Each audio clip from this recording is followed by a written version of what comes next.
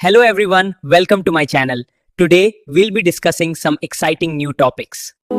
अस्सलामुअलैकुम दोस्तों, मेरा नाम है मोहम्मद इंजमामुल आलम। आज हम बात करेंगे कब्र के 24 घंटे के बारे में। क्या आपने कभी तस्वुर किया है जब आपको सफेद कपड़ों में लपेटकर अंधेरी कब्र में उतारा जाएगा, जब मिट्टी की पहली मुट्ठी आपके चेहरे पर गिरेगी और आखिरी इंसान आपके कब्र के किनारे से गुजरेगा, तब आप अंधेरी कब्र में अकेले होंगे। सोचो, जहाँ ना रोशनी होगी ना कोई खिड़की, सिर्फ सन्नाटा, सिर्फ अंधेरा होगा। वहाँ पहले 24 घंटे कैसे गुजरेंगे? क्या हमने कभी सोचा है कि कब्र में पहला लम्हा कैसा होगा? कब्र की पहली रात कैसी होगी? क्या वह सुकून मिलेगा? क्या वहाँ खुशबू होगी या आग के सोते? आज हम बात करेंगे कब्र के पहले 24 घंटे की, वो लम्हे जो हर इंसान को झेलने हैं, चाहे वो बादशाह हो या फकीर, नेक हो या गुनाहगार। सोचो, वो लम्हा आएगा, माँ रो रही होगी, बीवी चीख रहे होंगे, बच्चे सीने से लिपट कर रो रहे होंगे, लेकिन सुनिए, को भी आपको रोक नहीं सकेगा, कोई आपको अपने साथ नहीं रख सकेगा, क्योंकि आपका वो वक्त खत्म हो चुका होगा। वो लम्हा आएगी जब 4 आदमी आपको अपने कंधों पर बैठाएंगे। हजारों लोगों के बीच आप जा रहे होंगे, लेकिन हैरत की बात है, सब साथ होंगे लेकिन आप तन्हा होंगे। सब आपको ले जा रहे होंगे लेकिन आप कुछ बोल नहीं सकेंगे, आपकी जबान बंद होगी, आपके हाथ पांव रुक गए होंगे, आपको एहसास होगा कि अब सब खत्म हो गया। अब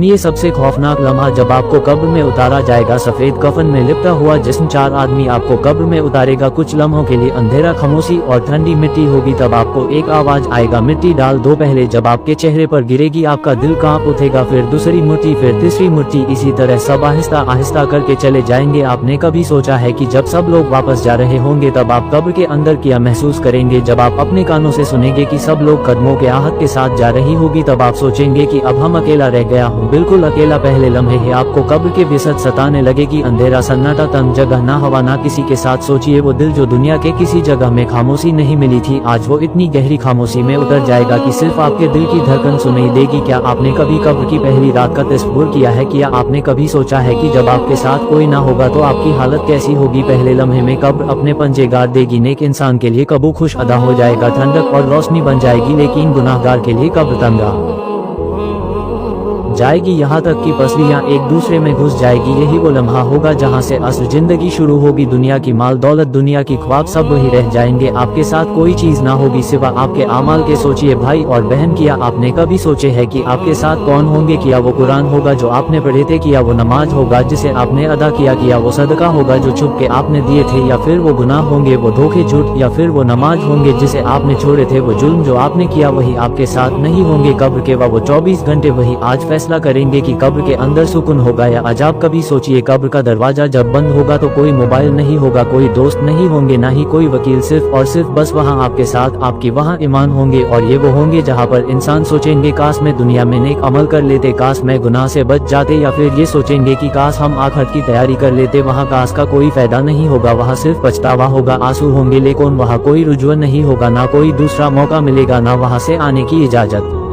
यही है वो लम्हा कब्र की 24 घंटे की, जो कि जन्नत की